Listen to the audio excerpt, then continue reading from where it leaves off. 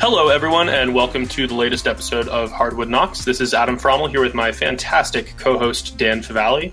We have a special locker room episode for you today. We're going to be covering the futures of the NBA's worst teams, looking at 7 of the teams with the NBA's worst record during the 2021 season and figuring out how high we think they're going to rise in the near future, as well as diving into some of the mailbag questions we received via Twitter, via direct message, however else those arrived in our inboxes, and giving a chance to anyone who's listening live on Locker Room a chance to ask questions of their own. But before we dive into any of those things, Dan, how's it going?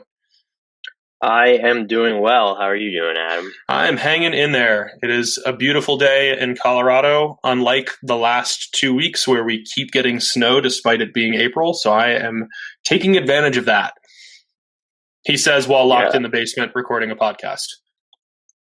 During what game are we missing too as we record this? That's why we're going to have no listeners, but it's okay. We can deal with that. Yeah, so I don't know how you approach this exercise, but the stipulation we set was we took all 7 teams that currently have a sub 1% chance or have been eliminated from the playoffs, and we wanted to rank their futures, and I just did it. I didn't specify for myself a trajectory, but I am looking basically at which team has the best chance of being special as soon as possible and sustaining that success. Yeah, the way I looked at it was just more generalized. There wasn't like specific ranking criteria here so much as just like, given all of the pieces currently in place, the draft picks in the arsenal, the strength of the front office, et cetera, which team would I rather be a part of if the goal was to win as soon as possible? Yeah. So you want to start with your number 7? And I believe you said we have some disagreements because you know my 7. I know your 7. This is not one of the disagreements because I think it has to be the Houston Rockets. You know, they might have done the best they could with a tricky and weird and bad situation while James Harden was still on the roster. But given the outgoing picks that they have, the fact that they control the Brooklyn Nets' future draft selections to some extent isn't all that appealing when the Nets are just overloaded with talent. And it's hard to find like a number of true centerpieces on that roster right now. Like, yeah, Christian Wood has looked awesome in limited minutes. Kevin Porter Jr. has shown some flashes. Jae'Sean Tate has looked good in a small sample. But beyond that, like, it's hard to get too excited about the incumbents on this team. And you're relying solely on a set of draft picks that aren't nearly as exciting as we're going to see as we progress further into this exercise. Yeah, and I think one of the biggest issue for me is for every rebuild, you want to find that North Star. And the Rockets don't have it right now. And they didn't get it as part of the James Harden trade. It seems like they might have had the chance to, had they been willing to deal with Philly, which it doesn't seem like they were. And then even having a Karis LeVert and Jared Allen, but they instead took Victor Oladipo and a first-round pick, another second-round pick. They moved Victor Oladipo. We all know that story. And so it puts you in this situation where you're very reliant on these picks, and that's great. But when are the Nets? You control the Nets' first-round draft through 2027, which is great. But how long is it going to be before the Nets send you a really good pick? And by the way, there's a chance that none of those picks are really good if the superstars decide to stay together, or if 2 of them remain healthy at least. And you look at their own picks, that's where things get, a little bit iffy. They have OKC can swap for Houston's pick with its own or Miami's, and it's top 4 protected. And so while Houston's going to have probably top 3 lottery odds this season, if they lose that pick, it does set their rebuild back a bunch when you're not drafting within the top, 4, or within the top 4 of this draft class. And the Thunder control Houston's first rounders in 2024 and 2026. Both are top 4 protected. But you've now created, like, when you look at that 2024 pick, you have this 2-year window in which you could, if you wanted to, tank. And I'm not saying every team needs to tank, but you do need to find talent that can be building blocks. And right now they don't have anyone. I think Christian Wood comes closest to being that tentpole star. I think you could put him in like the tail end of that category if you felt like it. And they do have, Jae'Sean Tate, interesting. Kevin Porter Jr. has been interesting for them too when he's not in league's health and safety protocols because of the kerfuffle at a strip club. Hopefully Sterling Brown continues to make a recovery. The That's it though. Like it's Eric Gordon, John Wall. Like those names aren't doing anything for you long term. They're under contract long term, but they're not. Eric Gordon was fine this season before he got injured, but those aren't doing anything for you long term. And so even when they're not absent bright spots, too much of their future's left to chance for me. I will say, quick plug that everyone should go and read the Jayshawn Tate feature that Miran Fader wrote for The Ringer. It is fantastic and will just make you root for him even more. And he has been impressive as a rookie, but it's hard to put him or Kevin Porter Jr. in that tentpole category. They're frankly not even close. And I think like beyond that, like I guess are you looking at like KJ Martin would be the next best option? Like that's how quickly things dwindle up in Houston right now. Right. So I just don't know how you put them. Would there be a case to even put them above any of these teams? And that might be a good segue to number 6 is how are you, who is your number 6 team and what would it take for Houston to leapfrog them? There's nothing that Houston can do right now. I mean, like, sure, it can hit on a bunch of draft picks, but that requires striking gold on non-lottery picks. And that's really hard to do on a consistent basis. I don't know that the timelines are going to make sense with Christian Wood. I don't know how much more upside we can see from Kevin Porter Jr., especially if he's, not going to stay available, some of which is through his own doing. So I don't really foresee a path for Houston to move out of this 7 spot anytime soon. We do disagree on number 6, though. You have the Orlando Magic, who I have 1 spot higher at number 5 and was actually tempted to put them even higher than number 5. I have the Detroit Pistons. There's so much intriguing talent there, but I have even more question marks about finding that North Star than I do for Houston.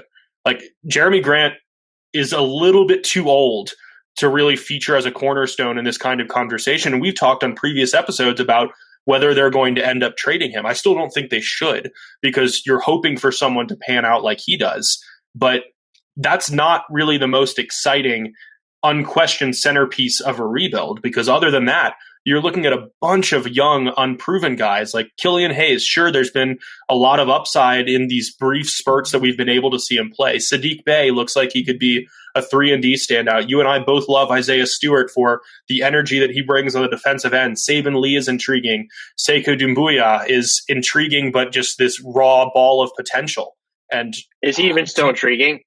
I'm arguing against myself. I think given the youth, yeah, but like among those, maybe 1 or 2 hits, but it's hard to have any confidence that core is going to emerge without external additions.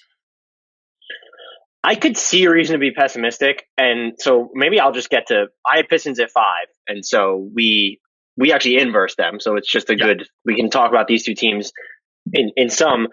I look at the Pistons, and they've just given themselves some rock solid depth, and then just enough bites at the apple where Killian Hayes is probably the closest they come to having a North Star because Sadiq Bey, 3-and-D with extra ball skills, just not someone who's going to set up your offense. And so I think Killian Hayes is more likely to be that guy. And what we've seen from him in very limited sample size, by the way, because he was injured for most of this year, I'm still intrigued 16 games as of recording.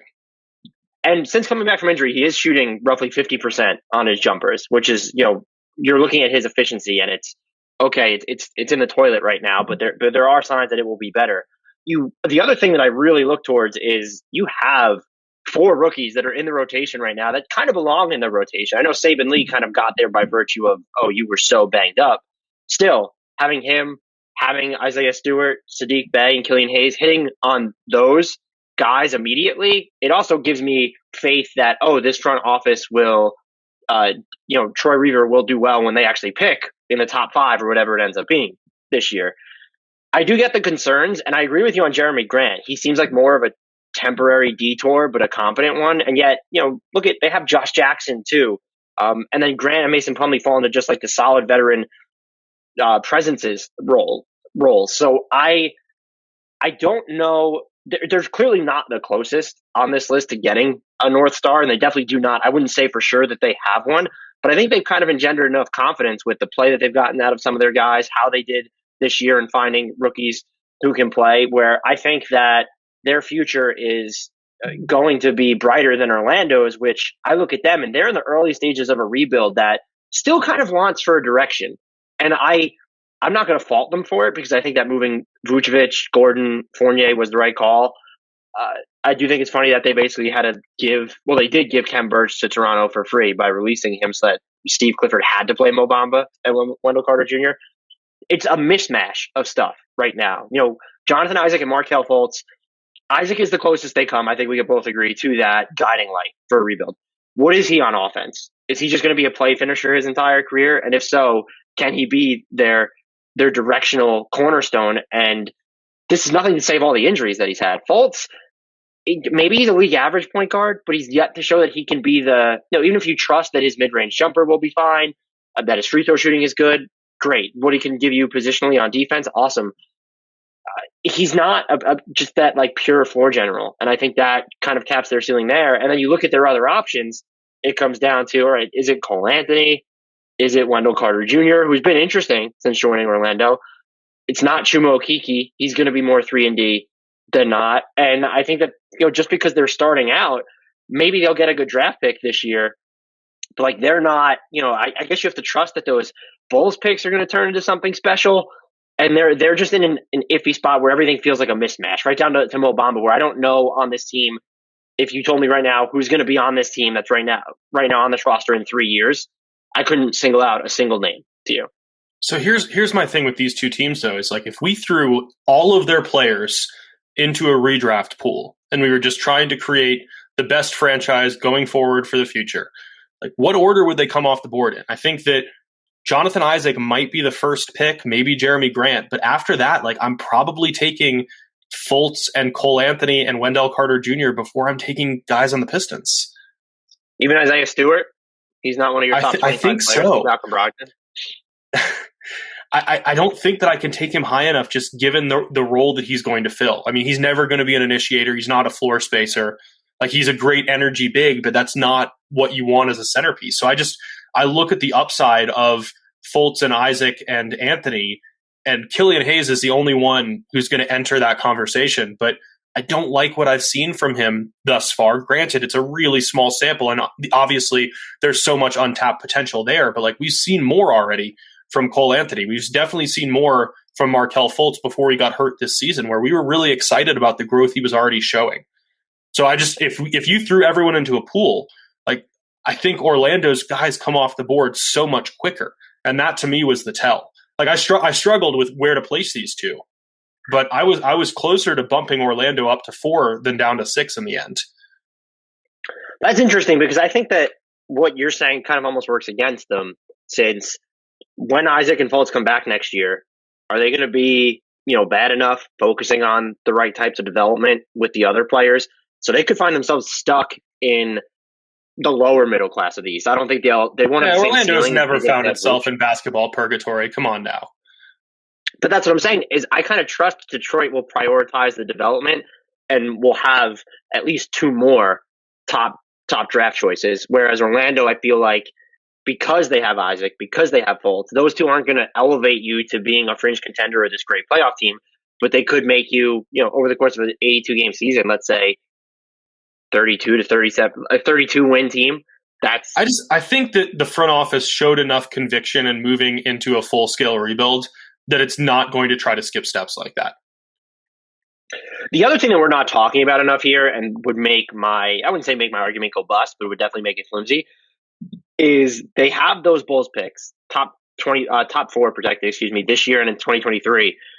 There's a chance that this year's pick is a lot better than people were expecting. I think the assumption was going to be that the Bulls were going to make the play-in and maybe they send late teens, early 20s. They're not projected to be in the play-in right now. They're closer to being in this exercise that we're doing right now than not. And so if you get your own draft pick, plus what if you wind up in the top 7 or 9 or something with the Bulls pick this year, that does give them some juice there. I guess I'm not placing enough weight into that, but I just look at them and think that this feels like a one-time thing where if they're going to draft that cornerstone, it needs to happen this season. Yeah, I get your argument. I think I'm just putting a little bit more stock in the guys who are already on the roster here. Who do you have at number 4? Oh, we're about to veer far apart from each other for the rest of this until number 1, I think. At number 4, I have the Cleveland Cavaliers. This was the 4-3-2 tier to me was really close in general.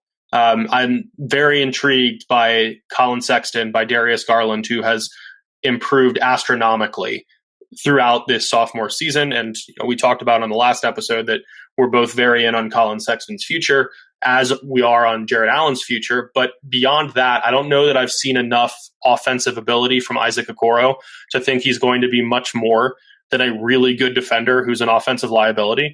I'm not sure the timeline really works with Larry Nance Jr. There's not too much to get excited about in the draft coffers. So my having Cleveland at 4 is by no means an indictment of their future, so much as being a little bit more intrigued by the incumbent pieces on the other teams. So adding potentially a top lottery pick to a core of Okoro, Sexton, Garland doesn't excite you? It does, absolutely, but no more than it's going to for the other teams. They have not the best players of the teams to come, but Darius Garland has kind of been a sneaky most improved player candidate this year when you look at his numbers, and he's shooting almost 40% on his pull-up triples since roughly the beginning of March. I also tend to be higher on Colin Sexton than a lot of other people. The narrative that he just doesn't give their offense a big enough boost is absurd. I think people still view him as a point guard prospect that's not point guarding, and that's just in reality not what he's supposed to be doing. The Cavs aren't using him in that way, and he has improved his playmaking when you're looking at his decision making on drives for the most part. And he's an efficient scorer. It's not always going to be on ball stuff, but he's been a somewhat valuable crunch time weapon for them this year. He is shooting above 50% inside the arc, hitting a good clip on his threes on high volume. He can fit alongside another ball dominator. And then I think Okoro is the real deal on defense, just someone who's going to be able to go up against the best wing on the other team. I definitely agree that they need to find his offensive niche, but let's not discount Jared Allen being here either. And so that gives you yet another defensive anchor. I like this season, even though their defense has fallen off their hot start. And I think you and I were marveling and celebrating and might have even declared their defensive success at the beginning of the season for real. We were closer to wrong than closer to right, I think I would say. I like that they forced turnovers without fouling a ton, though. That just shows like there's some groundwork there. Add another pick to that. They're going to have cap space this year. You say the timeline doesn't align with Larry Nance. I don't know that it necessarily needs to, because they might be like kind of sort of good next season. And if it doesn't align, this isn't Kevin Love's salary. You can just have Larry Nance on the roster, and because he can play 3 positions at this point, where Kevin Love can really only play one, let's say 1.5. Sometimes 0. Yeah. It's because also he's injured a bunch. That was a good heads up there. I just feel like that almost improves your team and gives you that optionality. So I wouldn't say I'm uber excited about what's going on in Cleveland. These teams are here all bad for a reason, and they do have some tough decisions coming up. Colin Sexton's extension eligible. They have to pay Jared Allen in restricted free agency, but they have a nicer base than they get credit for. And while I would say that their top end talent is not as good as the team that I put, because I had them at number 3, in case that wasn't clear. The team that I had at number 4 was Minnesota, because Karl-Anthony Towns is the best player from any of the teams that we will talk about, in my opinion. I think the only player that might have a case, the only player that kind of has a case, I think, would be Shea. And his sample is going to be small because he's dealing with plantar fasciitis, but he's also dealing with the Thunder not wanting to win is a reason why I think that they're giving him so much time off. So that helps. And this is my Minnesota thing here. And I also, when you look at like the crux of their roster, I'll call it, Towns, McDaniels at the 4. McDaniels is really good on defense. D'Angelo Russell, Malik Beasley when he's healthy, and Anthony Edwards with the strides that he's made. If he improves his shot selection and just gets better, I'll say more awareness defensively. Maybe he still gets killed off like on the ball, but if he can be more aware off the ball, I think that helps him. Those 5 players make a ton of sense. They've yet to play together this season because of injuries, and there's a lot of sensibility there. I think we get to the point though where are they going from here? They have that top 3 protected pick that's owed to Golden State. If that doesn't convey, they're in a good spot if they want to make another trade or draft the next guy. That's it though. That's the move. Because they're not going to have cap space. And if you do send this pick out, how patient is Karl-Anthony Towns going to be? I'm not this isn't a compliment. I'm not one of those people that's looking for stars to leave small markets. I want to make that clear. But pre-agency is a thing. And Karl-Anthony Towns has 3 years left on his contract. And so if the Wolves aren't good by the end of next season, it becomes a discussion to where maybe you have a year left before it's a real problem. That's a really iffy timeline. And if you could tell me that they were going to keep this year's pick, I might consider putting them above Cleveland. But because they have a better chance of sending it out than not, that's a real concern. And then even if you have it, it does come back to, okay, well, how good does this incoming rookie have to be? And was the trade for D'Angelo Russell still the right call, where I think he's a great fit next to Towns offensively? And people, I was probably thought he was overrated during his All-Star campaign in Brooklyn. Now I almost feel like he's underrated because he's a good pick and roll player who can hit shots off the dribble. That's never not a player who's going to add value. Still, is this like, do you have the skeleton of a good defensive roster when you look at the five I just named, Jaden McDaniels is the lone net positive defensive player of that bunch. I don't know that I love Ricky Rubio for them. I like that they brought D'Lo off the bench and they have Rubio starting. That's great. I talked about Houston having a ton left to chance. Minnesota doesn't have as much left to chance, but they've already made decisions that I think works against their outlook. So I actually had Minnesota at number 2. Again, I felt like 4, 3, and 2 in this tier were all really close together. But the point that you made about the 5 core pieces not having logged a single minute together is kind of what empowered me to put them that high. Because ultimately, Towns is the best player on any of these 7 teams, and I don't think it's particularly close.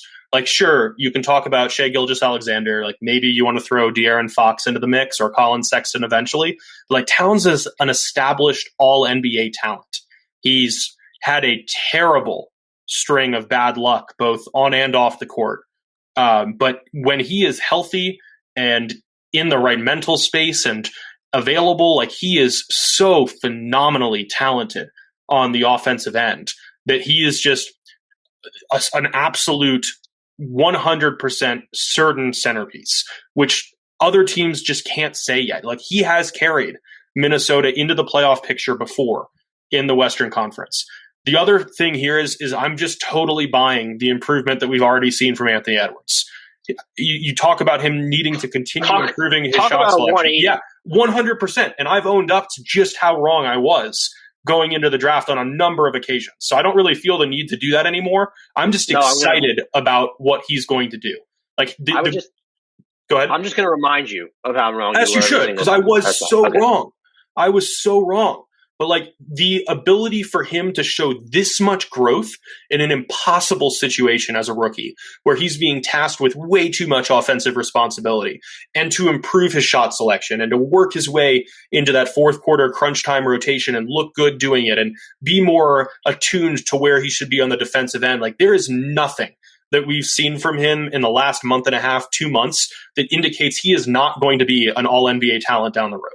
So, like, those 2 players alone get me more excited than I can be about Cleveland, despite maybe there being more infrastructure for future growth. And then we can still throw in D'Angelo Russell and Malik Beasley, who just haven't been available enough in conjunction with those more centerpieces to really know what they're going to look like together. So even if they do have that top 3 pick convey to the Golden State Warriors, even if they don't have other guaranteed avenues to outside star caliber talent, what's already there is so intriguing, more so than what's there in any of these other situations. If you told me that Karl-Anthony Towns is going to be on the Timberwolves 2 years from now, 2.5 years from now, I'm not factoring in this season. If you say he's going to be in Minnesota during the final year of his contract or will have signed an extension, I would vault him up to number 2 on this list without argument. And I can't, I'm not going to provide pushback. It's just you have more faith, I think, in them keeping this core together than I do because they've missed so many chances. And look, maybe they're good enough soon enough to where this isn't even an issue. I'm not saying Towns' future is an issue now, as disappointing as that probably comes to Phoenix and Golden State fans. I don't think it's an issue now. He could request a trade this offseason, and if I'm Minnesota, I wouldn't, the whole team control over a player, yada yada. I'm not doing it. He has 3 years left on his deal. Like, I'm gonna try and salvage it. There's been so many iterations here, and they've just yet to be good, save for one season with him. I don't have the faith in it. But if you told me, hey, he's go ahead. Go ahead. Oh, I was just reiterating. If you tell me that he's going to be on the Timberwolves in the final year of his deal, I'll absolutely vault him to number 2 on this list.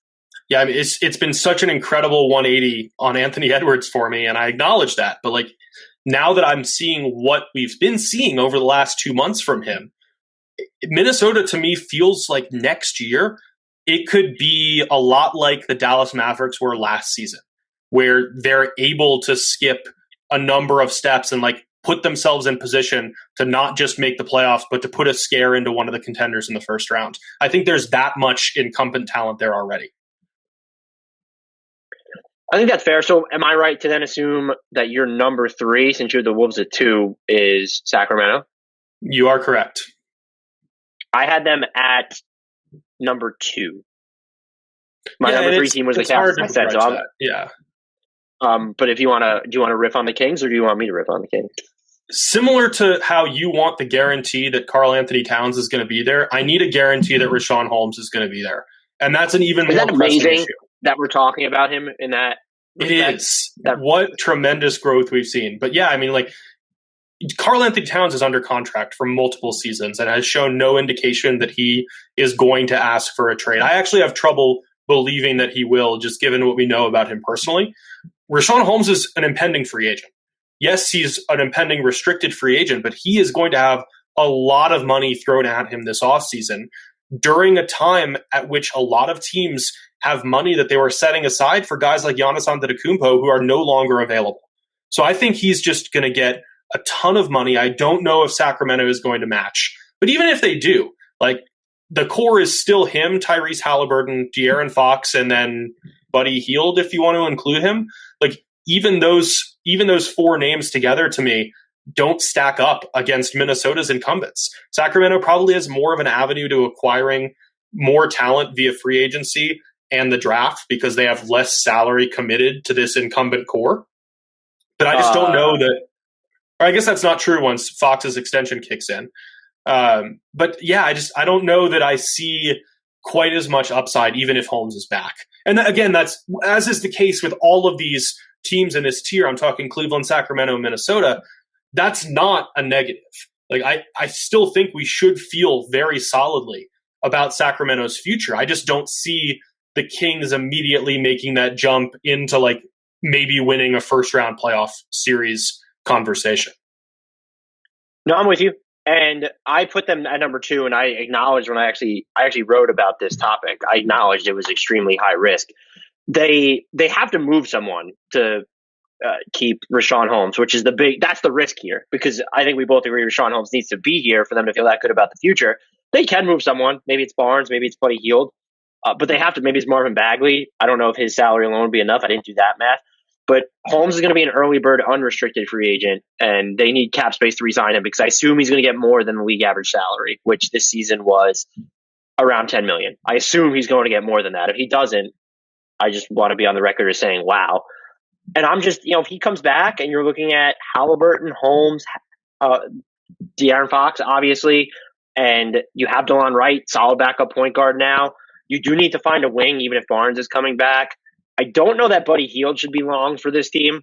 You have Halliburton, you have Fox, and Hield is, I think he's not redundant, but I think he is excess when he can't play and defend wing spots. Mm-hmm. You still need to find that guy. Fox, he might be the second or third best player that's on any of these teams. And that's also why I have him this high. He's averaging basically 29 points, 7 assists, and 2 steals while hitting almost 58% of his twos.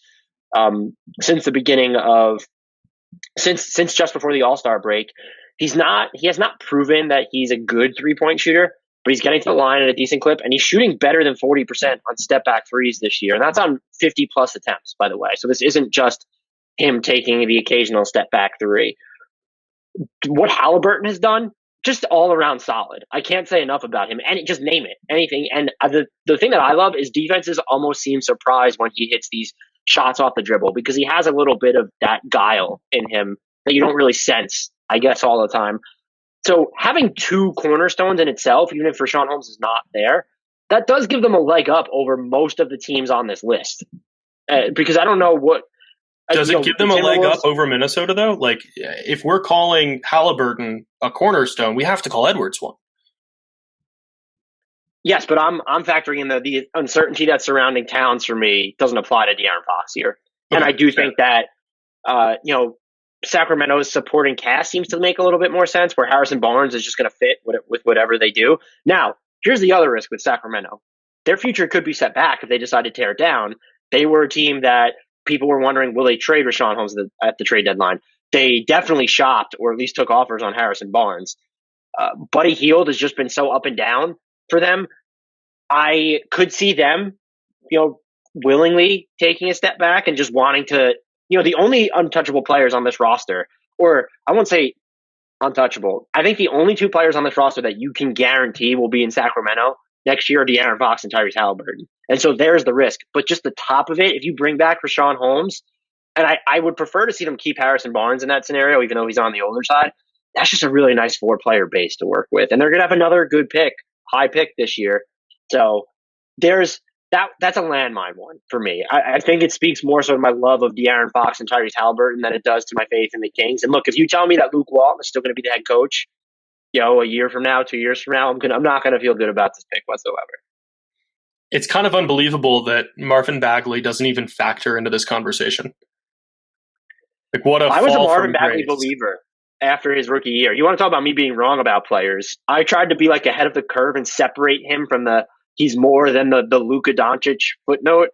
It doesn't look great. I know he's been injured, but even when he's been on the court a lot of times, it's what position is he on defense? I have no idea still. And so I don't either. I do think what's interesting about this team is that I don't want to say wasting because we're still so kind of students. He's young, but using the pick on Marvin Bagley, it sucks right now, but it hasn't suffocated them because you have Fox and Halliburton. Now, if they didn't have Halliburton, think about how much different their trajectory looks during this conversation. Way worse. And that's the other thing here is that we're talking about Minnesota and Sacramento. Like, we could very well be on the cusp of another 2-decade playoff drought for either of these franchises, just based on the history. I mean, is it really? It'd be a 4-decade playoff drought at that point for Sacramento, is what you're saying. Wouldn't be great. Wouldn't be great. But I think, number one was obvious, right?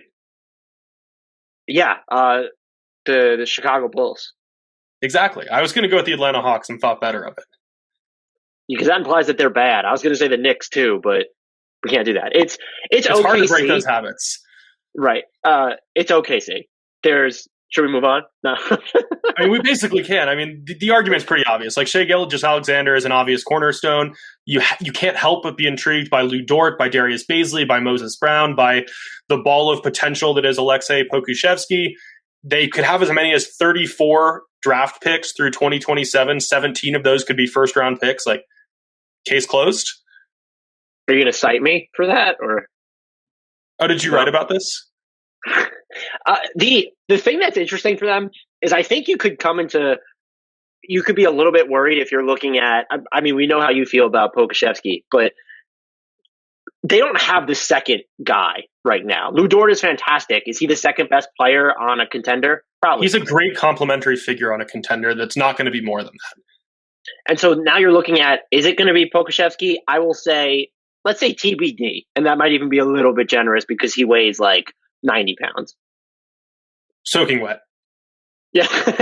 You have Teo Maledon. Like, I don't know if he's going to be that guy. Darius Bazley's been playing better of late, but I don't think he's going to be that guy. Al Horford could be that guy, but he won't be in Oklahoma City next season. I can only assume that they're going to get multiple first-round picks for him based off their Sam Presti's track record. So there's the element of mystery there. However, they have their own pick this year, which is going to be a good pick.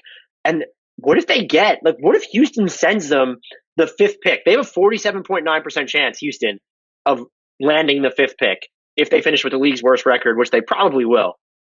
That could happen. I'm not saying it will. They could keep their pick. The odds would be slightly in the favor of them keeping their pick. But imagine the Thunder going into this draft class, with 2 picks in the top 5. And yes, there's a chance that theirs would drop out of the top 5. I understand. That scenario is on the table, though. And they're going to have, I would estimate, at least one. They would have to get kind of burned twice, where Houston doesn't lose like doesn't, it falls in the projected range, even though that's statistically the most likely.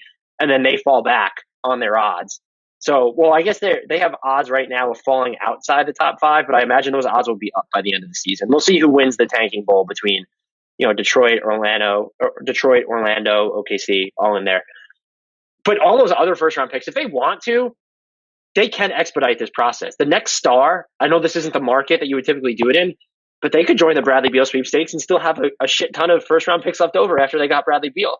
And the other thing why I'm optimistic, and maybe this is where people might veer, perhaps they're willing to make a case for Minnesota, just because Karl-Anthony Towns, less of a two-way player than Shea, but his superstardom is definitely more entrenched. I'm all the way in on Shea Gilgeous-Alexander. I know you know this stat, but I'm going to relay it to our listeners. Stephen Curry, Kevin Durant, and Nikola Jokic are the only other players in the league averaging over 20 points and 5 assists while shooting, matching SGA's efficiency inside the arc and from beyond it. He's also leads the league in unassisted field goals made. That's how tough his role is. The percent of his unassisted field goals made, 87% of his shots go unassisted, the highest mark in a league among 433 players who have appeared in at least 15 games this year. That's just showing like he's not benefiting from the second guy or an alpha guy anymore. I'm all the way in on him.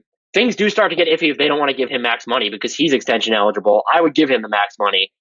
If they don't view him as that player, then maybe things change. But I absolutely think he's that player. I don't know where you land. I do not think he will be the guy who's going to defend the other team's best player on at the other side of the ball unless they're actually guard sized. I could see him being overmatched against bigger twos and actual wings. But still, when you just look at what he's been able to do for his scoring in the role that he's in and for even, improving his as a playmaker, I think that's absolutely huge because I would say he's the second best player or second best building block behind Towns among all these teams, as much as I love De'Aaron Fox. I wholeheartedly agree with all of that. I think the Thunder would be foolish not to pay him, especially considering how much of the roster is going to be comprised of guys on rookie scale contracts for the foreseeable future. So my follow-up question to you before we move on to some mailbag questions, let's say that Shai Gilgeous-Alexander decides to retire this offseason. Just done playing basketball. He's no longer interested in the sport. Would you still have the Thunder at number 1 in this conversation? Because I think I would, just given the ridiculous number of first-round picks and second-round picks in the coffers, and they still have those intriguing supporting cast pieces that we've already talked about. I would not take the Thunder 1. I'd probably take the Kings, and I might even ride your Timberwolves bandwagon a little bit. You would have to, they would have to have, like, do you believe Moses Brown would be like a big time, like, if they didn't have Shai Gilgeous-Alexander, you have to believe that all these other guys are at least going to be above replacement level players. I mean, no Lou Dort will be there, but you would have to have a lot of faith in Pokusevski, Moses Brown, Darius Bazley, Maladon. Yeah, but you just have so many swings to aim for the fences with all those draft picks. Here's an interesting question. So say you have Shai, though, and now you're going to pay him max money. Do you get to a point where you're consolidating? I mean, you're going to have to consolidate some of them, but do you see them within the next, let's say by the 2023 draft, taking a bigger swing? I won't say a home run, but maybe try and aim for a triple. Or no, do you think that they're going to be very much, we're going to draft and develop? Because it does get, I understand the reality of the market they play in, but it does get a little bit, once you give out that first max contract, there is that bit of urgency. And so they have another year before Shai Gilgeous-Alexander is playing at that type of a price point. I don't think it's even about the sense of urgency so much as the fact that roster sizes are limited and you cannot allocate that many roster spots to first and second round rookies. So I think they have to consolidate no matter what. I would be shocked if the Thunder weren't primary players whenever the next superstar becomes obviously available, whether that's Bradley Beal or someone else whose name we just aren't in tune with right now. Whoever that may be, regardless of how he seems to fit on the roster, I think that the core here is so malleable and they have so many assets that they would be doing themselves a disservice not to be positioning themselves as a potential favorite to land whatever star player it's going to be services. Now, you said something that made me think, which I think is somewhat relevant, because if they are going to consolidate, there needs to be that talent available. Aside from Bradley Beal, who is the other star within the next 2 years or so that you could see asking for a trade, being on the auction block? I don't know that we've ever been in this position, at least recently, where you couldn't necessarily identify it. Maybe some people would point to Steph because he'll be a free agent after next season as of now, but I don't see him being the type of player who would want to ask for a trade after this year. And two, I actually just don't see him leaving Toronto. I couldn't see him leaving Golden State at all. Yeah, I have no clue. I mean, I guess could you see Ben Simmons? Is that a possibility? You use Ben Simmons. I could see the Sixers using Ben Simmons to try and acquire the next star that becomes available. I don't think he becomes just the next guy because at that point, yeah, I don't have any answers. I think the answer might be one of the young guys who's still rising. I would say it's probably Towns if I had to pick one. It could be De'Aaron Fox. He has 5 years left on his deal after this one. Towns has 3 years. But that's my point, is that might be how far away we are from 2 years, might be how far away we are from this situation. Just food for thought for anyone who thinks that, OKC or the Pelicans are going to be able to cash in these. There's always something unexpected, but just trying to identify it right now, you really have to take some leaps in logic to find someone else. OKC should just dangle a first-round pick for Grant Riller right now. I'm just going to move on to this mailbag here because we have a bunch of questions. Let's start with, of the ones that I have, let's go with Maya Rothbaum because he asks a question every single week. Is Jae Crowder the main reason the Heat are much worse this year, and how much is he really impacting the Suns? I don't think Jae Crowder is the main reason the Heat's offense has been, I don't want to say dog shit, but it hasn't been great. Because he's not going to be someone who helps them put pressure on the rim. I think a healthy Oladipo could for them. But the way that Jae Crowder was hitting threes, and given how much they've just been searching for answers at that 4 spot all year, I would argue that, yeah, he's probably the primary reason of reasons that can be sort of distributed fairly evenly, that his loss is the biggest. And I don't know. I was going to say, I don't know. We know why they didn't pay him. I still would have paid him because if all he cost was the mid-level, you're going to tell me that if you wanted cap space, you couldn't find a taker for Jae Crowder this summer. I'll call BS on that. I agree. I think that they would have been better off retaining him. I don't know that it's the primary reason. I kind of feel like the biggest reason is that they bought into their own success a little bit too much and weren't looking to make upgrades that were needed, in part because of what they had just done, and in part because they were still preserving cap space for the inevitable Giannis Antetokounmpo pursuit that didn't end up happening. Like, if you look at the guard rotation in particular, I think that's what's been the toughest to overcome, because Goran Dragic has not been the player that he was last season. Kendrick Nunn has been scoring more efficiently. He's still not much of a playmaker.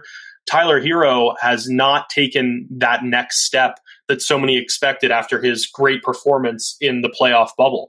So all of those in conjunction with each other has left the Heat with a major void that could have been filled had they treated it with more urgency and not thought like, hey, Hero's going to be this superstar as a sophomore. Nunn is a very useful rotation piece, and Dragic is just going to continue defying time. None of those have happened. Yeah, and they had COVID and just injury availability. Yeah, for sure. I would still say that they're probably a much better team to this point of the season, or at least let's say before the trade deadline, whatever, if they had Jae Crowder. And as to what Jae Crowder does for the Suns, a ton of stuff. I mean, his 3-point shooting, it can come and go, but it's been fine this year. He can be a little bit too adventurous on offense, but like you live with that, not because of all the other, like, he gives you options on defense. He's a pretty good help defender, gives you the ability to cover all sorts of assignments, whether you have Ayton at the 5, Shards at the 5. He can be a helper and protector himself. He's not bad in that regard. But on offense, like, he can make some sneaky passes, and there are going to be times where he can elude some guys when he does have the ball in his hands if he's being chased off the 3-point line. So he fills a lot of gaps for you. And there's also just this idea that he can be plugged into whatever role they need as well, because they've started him, they've had him come off the bench. I would advocate that he just needs to start when you look at the makeup of the rest of their starters. But he's just been fantastic for them. And to get him for the mid-level, and that's why I've been firmly in the camp of, if you took Chris Paul off this team right now is this still the best supporting cast that Devin Booker has had?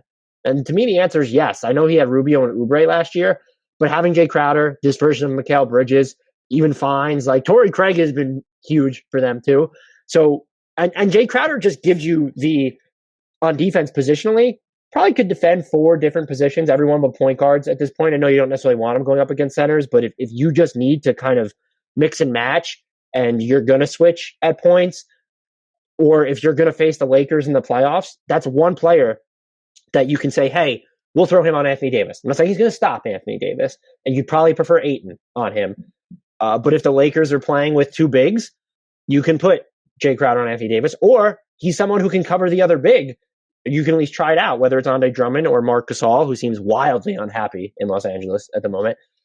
I really like Jae Crowder, and that's why I think just for what he cost and knowing that he could have moved him if they really needed cap space in 2021 free agency, I do think that he's the biggest reason they're in this situation. He doesn't have a monopoly on it, but of all the reasons you just listed, there were some that were just unavoidable. This one was completely avoidable. For sure. I think on the Suns' points, the only thing I would follow up on is that if you're talking about the supporting cast without Chris Paul, I think you can include an improved version of DeAndre Ayton there as well, because he and Paul have chafed playing style wise a bit. And if Paul is not there, the team is worse, but Ayton probably has a more prominent role and plays with more confidence. So that's me just further agreeing with you. We have another Heat question that I want to get to. Where is it? What is holding back Bam Adebayo, and do you think it can be overcome? Comes from Jordan Tyler. What is he being held back? I have an answer if you would like me to. Yeah, because I immediately am a little put off by the question just because this is a guy playing at like a fringe All-NBA level already. He has the mini pull-up jumper, baby pull-up jumper, whatever you want to call it now, which is huge. He needs to be more aggressive as a scorer.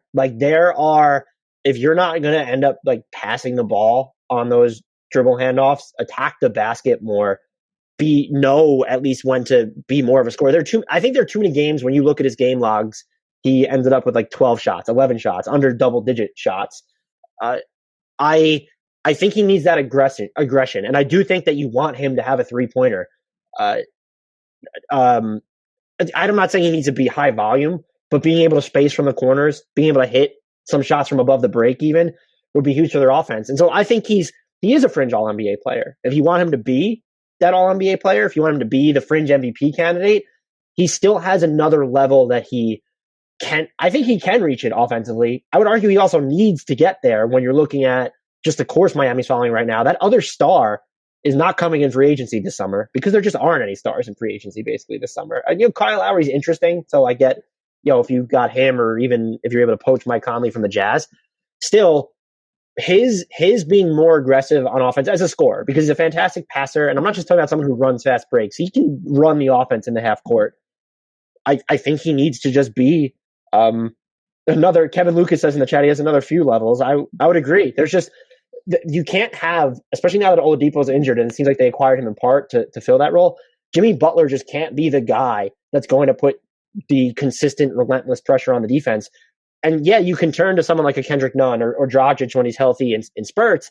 Like Bam Adebayo is a star, and I think he needs to remember that more. I don't know if this is just a mindset issue, because I think he's talented enough to do it. We've seen Bam Adebayo put the ball on the floor. He could face up and try and get around dudes.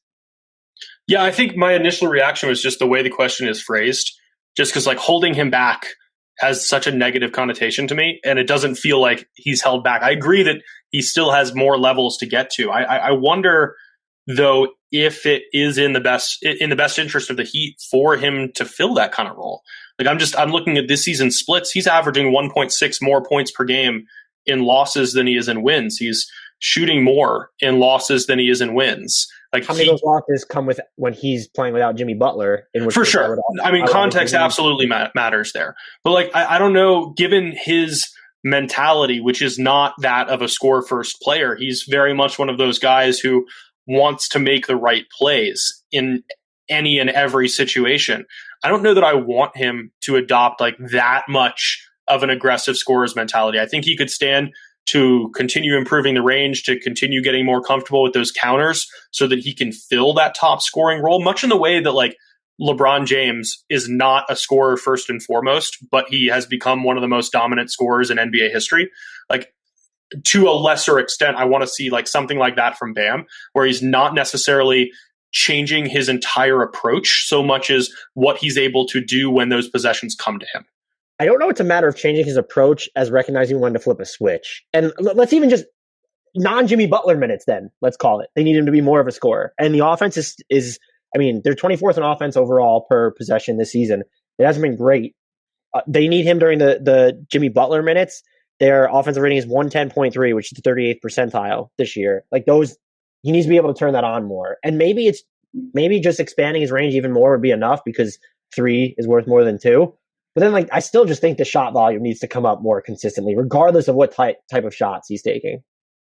And in all likelihood, we'll continue to see that as the Heat continue to develop around him, where just the flow of the offense will naturally lead itself to more shot attempts. I think we're pretty close to agreeing and just kind of saying things in different ways.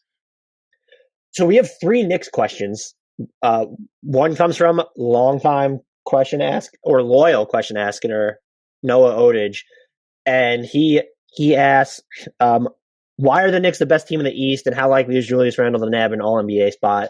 The first part of that question, the Knicks are the best team in the league, so we're just not even going to answer that or entertain it. The Julius Randle question is interesting, and I also just posed this as a joke in the replies. I don't know if you saw in our mailbag solicitation, but would you prefer 2012, 2013 Carmelo-Anthony or 2020, 2021 Julius Randle? So those two, I'm going to throw those two, take it wherever you want, those two to you. And we have another Knicks one that's more macro after it. I think I'm hesitantly still taking that Carmelo Anthony season. If you compare the raw numbers, maybe you're taking Julius Randle, but like even in the last 8 years, the NBA has evolved a lot where it's hard to make those straight up per game number comparisons to each other or even per minute, just because the way offenses approach the game has shifted. Like Anthony during that 2012-13 season scored 28.7 points per game, which led the NBA. He was more willing to play the 4 that season than he had in previous years. He was a deadly long-range shooter who commanded so much respect that I think we saw a lot of the members of that Knicks team reach higher levels. We're talking about J.R. Smith, Raymond Felton, Tyson Chandler, Quentin Richardson, Jason Kidd, Kenyon Martin. Like these were guys who were at stages in their careers where they probably shouldn't have performed quite like they did during what was probably the last like magical Knicks season.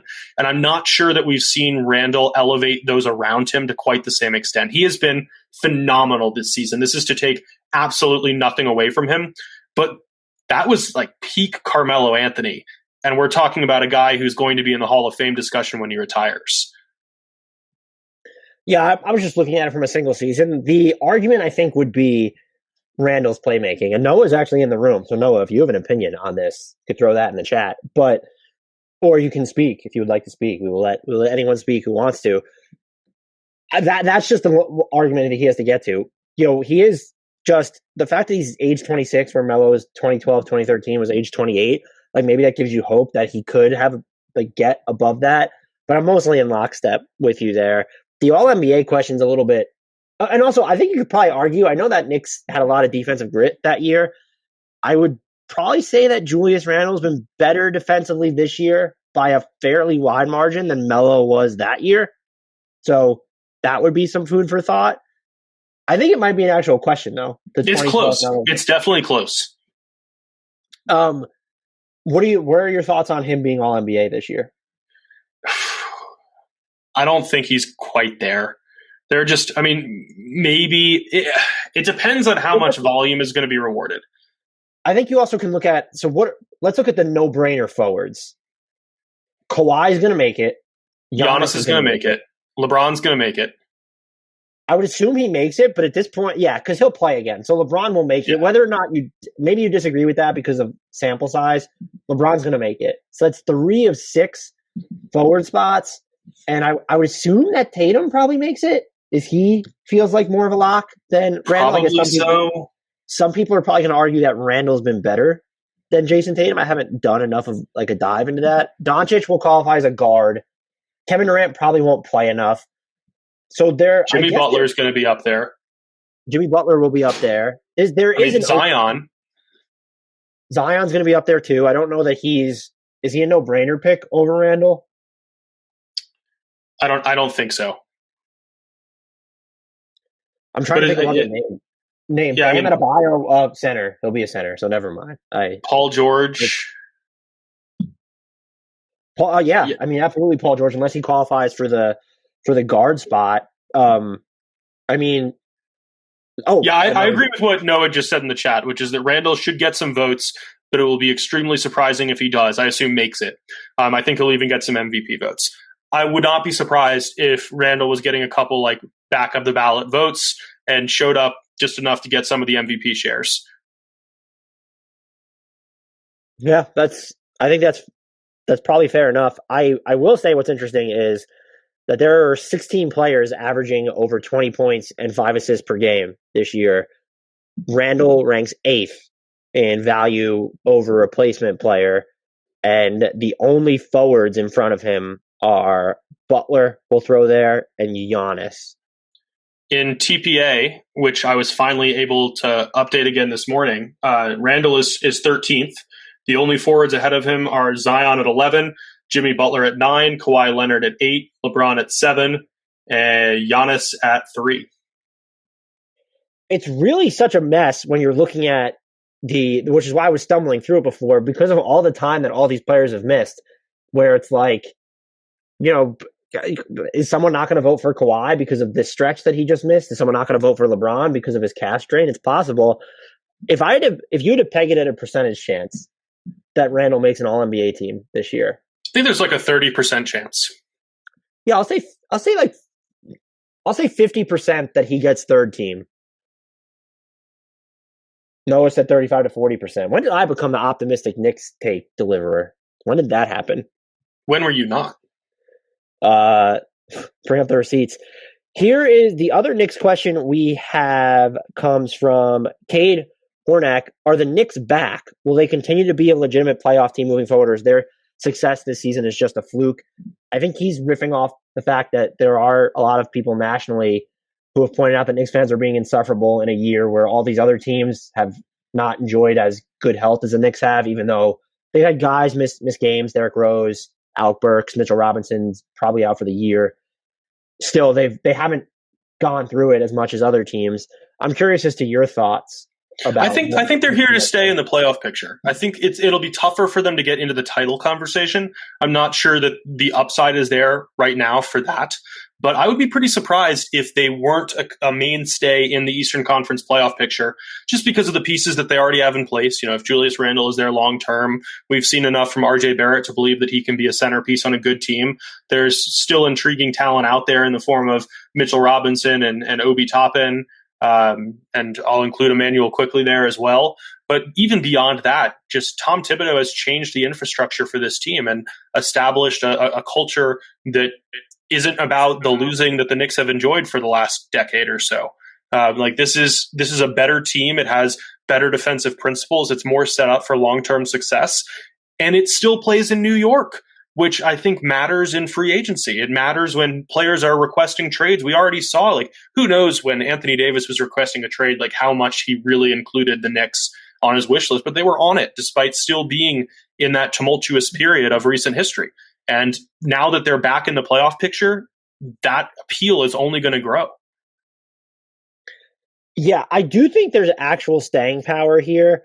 The issue I have is it could be tough to build off this season, where I think they should still be if they run this group back, or if you still have Randle and RJ Barrett, Mitchell Robinson, and keep at least, I think you need to keep at least one of Reggie Bullock, Alec Burks, and Nerlens Noel after the years they've had.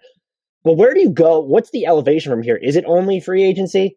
Are you going to be able to draft and develop players when that hasn't been the biggest commitment for them this season? What does Obi Toppin turn into? That matters. Emmanuel quickly. Can you get anything else out of Kevin Knox? What do the picks become this season? You have Dallas's and your own. So that's what worries me about this team, where I don't think that their success this year is a flash in the pan. I just don't know that they have the clearest path forward beyond RJ Barrett is a star, and he might be. So I want to make that clear. But there needs to be another level to that. I would argue the biggest thing they need to do is figure out the point guard position. It can't be Derrick Rose, Alfred Payton, and even Emmanuel Quickly. Just seems like more of the, you've mentioned this before, seems like more of the 6-man type guy. So that's something they need to address if they want to sort of reach that contention plane. But I think the very fact that we're talking about reaching the contention plane is an indication that they've already ascended to the level below that. And if you're going to want to make the argument that this could be a one-year thing, my guess then would just be that this offseason is terrible for them. They lose all the guys that helped them, Noel, Burks, Bullock, and let's say Mitchell Robinson, they keep him. He comes back, he's healthy, but he's not as good as we thought. Julius Randle falls off a little bit. But my main concerns are just, where do you get that, let's say the third building block, because you have two, and neither of them are all NBA givens at this point. Yeah. But I would argue that it feels more for real than not. I'm in lockstep with you. Let's go to okay, this is interesting. Moo asks, how is Steph not the leader in the MVP race? The MVP race is just always so tricky, because how much credit are we going to give to players who are on teams that aren't even in playoff position? Because ultimately, like, Golden State, despite Steph's heroics, is 30-30, which puts them in 10th place in the Western Conference as of recording, which would be enough for the play-in tournament, but it's still in 10th place in the West. What he's done recently is just absolutely miraculous. I'm actually of the opinion that players who are that far down in the standings, if they are as impactful and important to the team as Steph is, should get more love in the MVP conversation, but it's just not how it works. It's hard enough for a guy who's in 5th place in a conference to win MVP, much less a guy in 10th.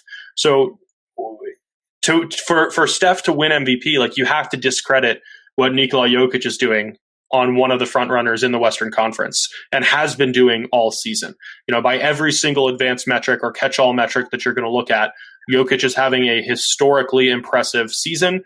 There's been a lot of frustration among the Denver fan base that he hasn't received more national attention for what he's doing, and probably deservedly so, because it should be a runaway at this point, given what he has done from start to finish this season. Again, that's not to discredit what Steph has done. The run that he is currently on is a historic one. The scoring numbers that he's putting up on a nightly basis, the 3-pointers that he's hitting from all over the court, despite being subjected to a ridiculous amount of defensive attention because the supporting cast in Golden State is not sufficient. All of that is so impressive. It's also for a shorter span. He's missed time. He hasn't been able to carry the Warriors, through no fault of his own, into the top 4 in the West. Like, I think that the answer there is like a fairly obvious one, even if Steph has been so good that we want it to not be an obvious one. Yeah, and the other thing is, just as last season, I wasn't going to penalize Giannis for the Bucks being good when he was off the floor, because I actually think it's more impressive that you can raise the ceiling of a really good team to absolute greatness. I can't reward Steph for the flawed roster around him. Just like, I do agree that there's that immense value there. It's immeasurable, and the Warriors would be absolute crap without him. And we've seen it when he hasn't played. We've seen it when he's just on the bench during games that he has played. That's his argument, though, because he's uplifting a team to fringe playoff contention that I guess would be like a bottom or a top, let's say top 3 or 4 lottery team. Is that better than Jokic taking what would probably be a fringe playoff team and making them a championship contender? I think the second is harder to do. I agree with you. It's similar to how it's more difficult to make the jump from being a good team to being a championship caliber team than it is being a bottom of the lottery team to being a playoff team. Let's go to this was an interesting question from Flipsy Tivens. Where do Dorian Finney-Smith and Maxi Kleber rank amongst the league's best 3-and-D role players? I don't like this is tough because we're not gonna rank all our favorite 3-and-D players, but so I looked up two numbers for them. And Dorian Finney-Smith, this one comes from B-Ball Index. Among players who have played at least 1,000 minutes this season, and there are 191 of them, he ranks 7th in matchup difficulty. He's the one on Dallas who's going to defend the number one option by quite a large margin. Like that's just what his job is going to be. That's huge. And he's someone that I think you can put, you have Josh Richardson too, but he's still the one that's going to guard the higher usage guy more often than not. I think because he's bigger, taller, and so he's going to give you he can probably defend. They both probably have like 4 position range, but you're probably going to trust Finney-Smith going up against the wings more so than Josh Richardson. And for Kleber, who might be one of the most he is one of the most mobile bigs in the league. That's someone that the fact that he can do so well on the perimeter, I think is huge, but you look at just his numbers and there are the only players who have a steal rate of at least 1 and block rate of at least 2.5 and are hitting as many 3-pointers per 36 minutes as Maxi Kleber. And it's only 2.3. So it's not some astronomical number. None of them are bigs. It's Jeremy Grant, Michael Porter Jr., and Danny Green. So that's just a glimpse into their value from that perspective. Yeah. No, I haven't done enough research to really answer the question here about the best 3-and-D players in the league. To echo what you said, those guys are both really important contributors to this Dallas team for what they do on both ends. And I agree that you would trust Finney-Smith a little bit more on that wider range of matchups. But, it is such an important archetype that it feels like almost every team has one and those that don't want one. So there are more and more throughout the league, which I think makes it even tougher to rank. Let's try and get to 2 or 3 more questions. And this one should be a quick one. Craig Kirkpatrick asks, I always need more Hornets data. Pre-Melo injury, between Melo and Gordon injury, post-Gordon injury, I need it all. I wanted to look at larger sample sizes, so I did pre and post. Before the LaMelo Ball injury, Charlotte was 20-21. They were 22nd in net rating, minus 2.1. Their offense was 17. Their offense rating was 111.7. They were 22nd in defense at 113.8. Since the LaMelo Ball injury, they are 10-9. They are 20th in net rating at negative 1.2. They're 23rd in offense at 110.7, and they're 10th in defense at 111.8. I think, especially since Gordon Hayward has come down, one, James Borrego deserves some sort of, not coach of the year consideration, but alternate award for having Charlotte be almost average on defense in some this year. I have no idea. I think they're 17th overall on the season. When you look at how undersized their front court is for long stretches, I don't know how they get there. So kudos to them. But I do think it's evident that they need LaMelo Ball's playmaking, passing IQ, all of it, even scoring mentality. It was before the Gordon Hayward injury, but definitely since Gordon Hayward went down. It's amazing that a guy this young and this raw and with this little experience playing against top-end competition can make everyone around him that much better. Like the growth that he keyed from Miles Bridges was huge. The ability that he gave Terry Rozier to take on more responsibility without as much defensive attention was huge. Devontae Graham plays better when he's available as well. I'm just excited that there's a chance LaMelo Ball could play NBA minutes again this season, and we get to see it again. Yeah, I think he's going to play NBA minutes again. It seems like he will, and I hope he does. And that probably assures him Rookie of the Year then, right? I don't know. I feel like Edwards is making enough of a push I guess that he's going to get some love, especially given the points per game numbers he's putting up. I do wonder how many votes he gets, though, for being a rookie on a probable playoff team. Just not that obviously these votes come in before the play-in tournament or the playoffs, whatever they should qualify for, start. But I do think that's going to be part of the equation. I don't know how I would weight that when voting, but I think that would end up helping him. So I'd still give the edge to LaMelo. I think he would be my pick as well, but it's getting tighter. This question, what has changed statistically for the Raptors drop-off this year, comes from Brandon Poulter. I will say one of the things is availability. When you look at COVID, the games they've missed to injuries, you only have I say only, but Lowry, Siakam, and Fred VanVleet have played in just 33 games together. When you factor in Chris Boucher, who's been amazing for them before his injury, those four have only played in 23 games together. And that number is going to drop down if you throw in Norman Powell before they traded him and Gary Trent Jr. after they traded him. The availability has just really destroyed this team. I would point out that they are still a positive in the point differential per 100 possessions at just barely plus 0.4, but they've also sat a ton of guys. They got fined for improperly sitting guys, basically. So there's definitely been a drop off, but I just think it has more to do with the availability of their bodies. And they still feel like they're one offensive weapon short. I think the regression from Siakam at the beginning of the year, especially as a shooter, he's been better when he's attacking. I think that absolutely matters, but this is still a really good team when they have their best players on the floor. And I deserve to make an apology because I didn't throw Anunoby into that sorter that I was doing before we recorded this podcast. So just those four guys playing together this season, they haven't been available a ton. And yet when they are on the floor, which has only been 877 possessions, which isn't, it's not the smallest sample, but it's not the biggest. The Raptors are plus 9.8 points per 100 possessions. That ranks in the 93rd percentile of all lineups that have logged at least 15 possessions this year, all four-man lineups. So, and if you want that fifth guy, Boucher, Trent Jr., whoever you prefer, that number's just going to go down. So I think that plus Siakam's drop off in shooting, I think that definitely does matter. That's been the biggest issue. And then also them not being able to rebound ever in certain lineups is a problem. But that was true last year too. I think the availability bleeding into a defensive decline has been how I would pinpoint the biggest issue, because I'm using Basketball References numbers here.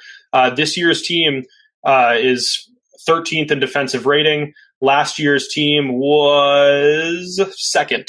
And the biggest ways we're seeing that manifested, and I'm looking at the four factors here, this has always been a really aggressive style of defense that Toronto plays under Nick Nurse. They gamble for a lot of steals. They try to force a lot of turnovers.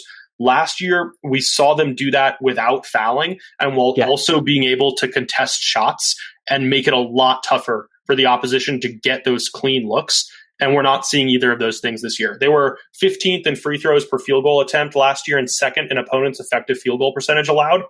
This year, in those two categories, they have fallen to dead last and 17th, respectively. That's the biggest issue for me, is that they're trying to play the same kind of aggressive, swarming defensive style that Nick Nurse always loves to play, and just haven't had the personnel to do it, and it has backfired. Again, it had people been more healthy. Being dead last in foul rate kills them, though. That's just absolutely a killer. Let's see if we can do this last one very quickly. Comes from, I actually just before the podcast, and neither of us really had an answer. Has Steph become better defensively? My eye test says yes, but the eye test is not enough. What about statistically? That comes from Long Live Earl. Yeah, I don't know that there's really much of a statistical case for that. If you look at any of the metrics that we typically use to measure defense, like he's had some slight gains, like defensive box plus minus has risen from minus 0.6 to 0.1, and it's a similar story in some of the other catch-all metrics. But I don't know that I've seen that as much, and maybe it's just because we've been so focused on his offense, or maybe it's because there's just some utter garbage around him for much of the season. But it hasn't been that obvious to me. I've always thought that the general public tended to underrate what Steph is able to do on the defensive end. He's always been a pretty good positional defender. He has a really strong core, so he's able to hold up on switches when bigger guys are trying to back him down around the basket. He's a decent rebounder on the defensive end, but I don't know that I've seen tangible growth on that end. Yeah, I mean, for what it's worth, his guarded the opponents that he's on, their LeBron rating during those times is the second lowest of his career. But this has been when you're looking at the matchup difficulty, this is again per B-ball index, this is the second easiest matchup difficulty he's had. I do think he does a better job than people credit for contesting things, and that might, why you look at some of it does matter. The personnel that he's on, you could tell, it's not going to be these best players. That being said, the lower usage, I do also think he deserves some credit for, because he will, just his ability to, or his willingness to contest or fight through bigger players to get around screens or something, that's going to force the ball out of other guys' hands. But maybe I'm not watching closely enough for him to have said that he's improved defensively, though. I do want to hit one last question that I was really curious what you were going to do with, and that question is from Elway Simpson, who asked, Blazers? What is my answer to that would be defense ? I feel like the Portland Trailblazers season has like validated my preseason takes that you pushed back on a lot. Where I had too many questions about this roster. They've been banged up. Nurkic, McCollum, both of who are back now, so I get that. Some of the lineup decisions, I guess you could say, are questionable. Like, them playing, earlier in the year. I know they didn't have a lot of options, but playing Canner and Melo together, that's not possible. Ideal. I wonder why Rondae Hollis-Jefferson was playing the other night. I don't, why are you not using Derek Jones Jr. more? Like, is it just they think that he crimps or skimps the floor like too much on offense? Potentially. He's dealing with a hip thing right now, but he's shooting 32.6% from three. That's not untenable. It's the highest mark of his career, and it sucks. Let me be true, but he's gonna be clear. He's gonna give you someone who could put pressure on the rim and just really get out in transition. And he's probably is he a better one-on-one defender than Rocco, who is one of the best team defenders in the league? Great help for everything. So I want to make that. It's at least a conversation.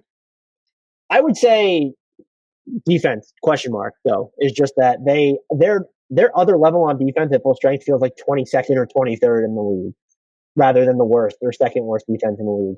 And that's still not great. And the other thing is too, they need to figure out a way to win against other good teams in the West. They just have one of the worst records against opponents above 500 among all postseason teams. So good spot to end it. Thank you all for your questions. This was fantastic. Thank you all to the two people that just joined the room and hopped out as we were ending this. Please, pretty please, if you have not already, check out Hardwood Knocks. We are a podcast. Go to wherever you get your podcast, search Hardwood Knocks. Subscribe to us, download every episode. Whether or not you use iTunes, head over there, search Hardwood Knocks. 5-star ratings only. Throw us them. They help us out a bunch. Write reviews. You could criticize us in them. That's fair game, as long as you throw those 5-star ratings up there. Follow us on Twitter at Hardwood Knocks. Head over to YouTube, where the comment section has been popping. We post all of our podcasts on there. We're posting shorter clips there as well. Go to YouTube, search Hardwood Knocks, subscribe to us. We will be there. And then follow the Sports Math Network on Twitter at @the_sports_math. And look, if you've been sticking with us this long, you should follow Adam and I on Twitter as well. Adam is awfully close to 7,000 followers. We need to get him there. At Frommel09. Go follow Adam immediately. Until then, we leave you with a shout out to the one, the only Defensive Player of the Year candidate, Stephen Curry.